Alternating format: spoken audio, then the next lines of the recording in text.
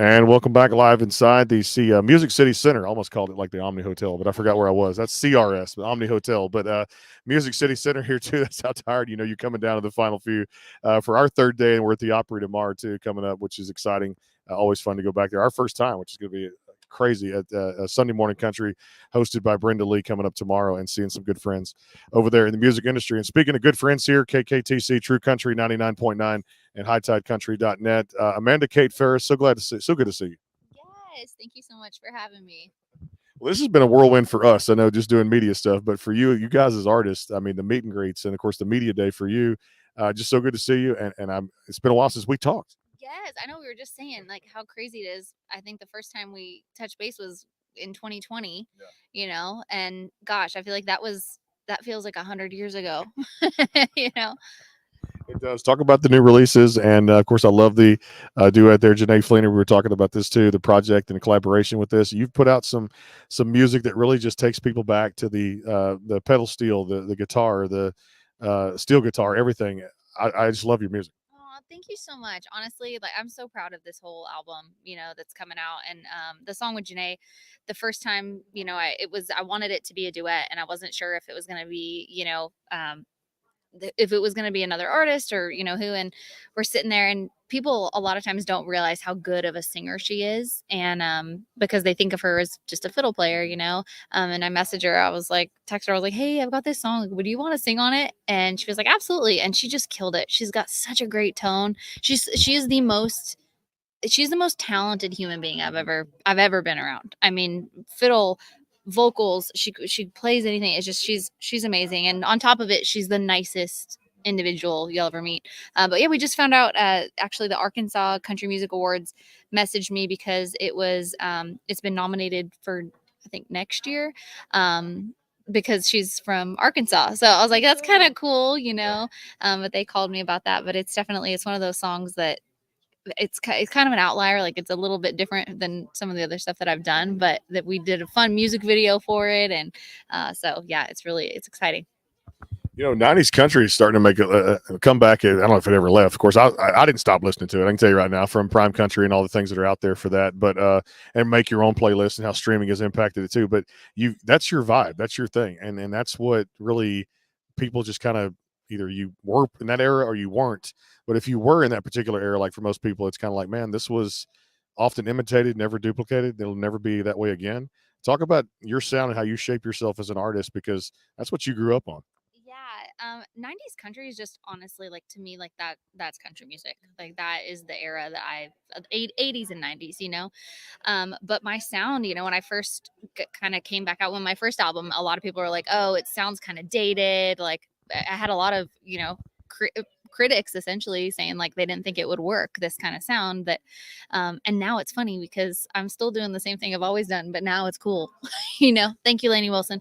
But it's country, definitely. I think it's so awesome to see these incredible artists like Zach Top and May Estes, and just people coming out with more traditional sounding country. And so it's been really cool. But I'm like, listen, I want music that in 20 years when I listen to it, I'm proud of it, and I want to keep listening to it. I don't want it to feel like, oh God, I can't believe I tried to do this weird, like, stepping out. I'm like, it just doesn't feel authentic to me. So And we were talking about collaborations earlier.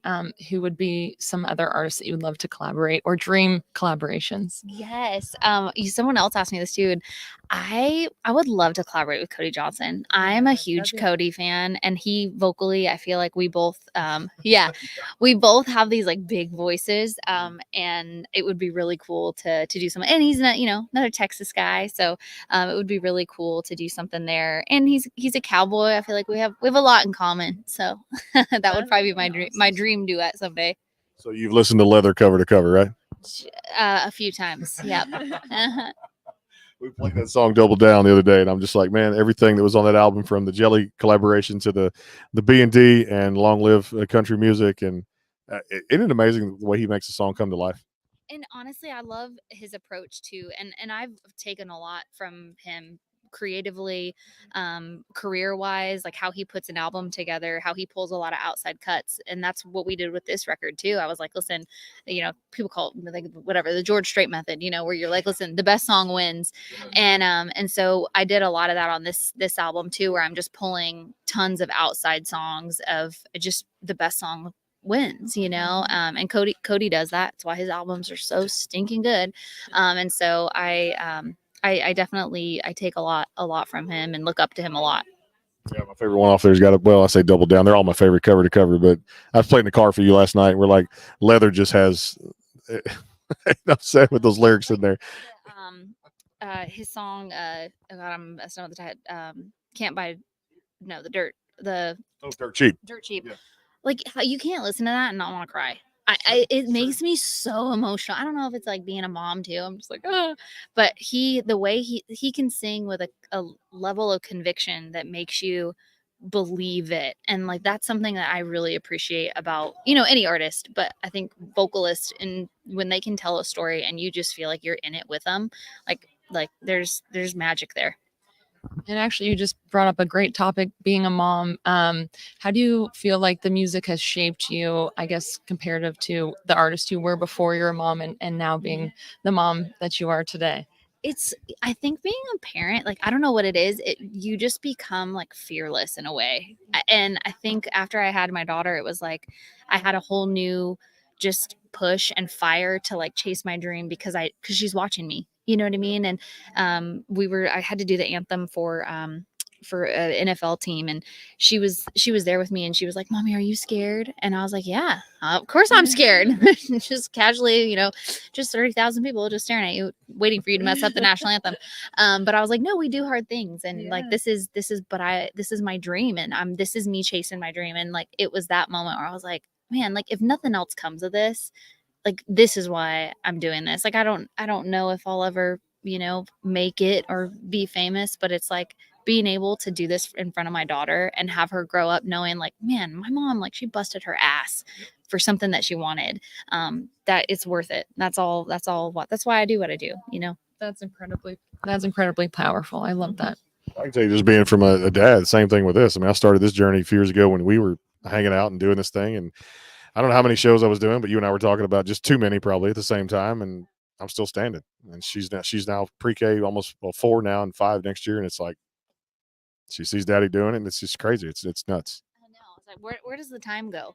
I was telling Elise I wanted to slow down this week. It'd be nice, but it's not going to be in our favor this entire week too. Let's talk about this. And I always kind of contradict you when I ask the question, but I guess it's in the news right now. The AI is coming back with this, especially with what 90s great country star Randy Travis was up against, putting this out a few weeks ago, because it was going to be pros and cons of this. For me, it was more pros than it was cons, but and I got to do a little more digging and some research for it. But at least for a special circumstance for Randy and for him to sign off on this to release music again, I thought it would never happen. This is crazy how this technology is working.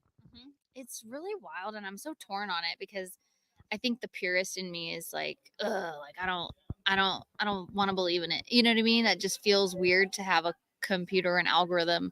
I feel like algorithms, they run our whole lives as artists as it is, with social media and stuff, and dictating like what success is.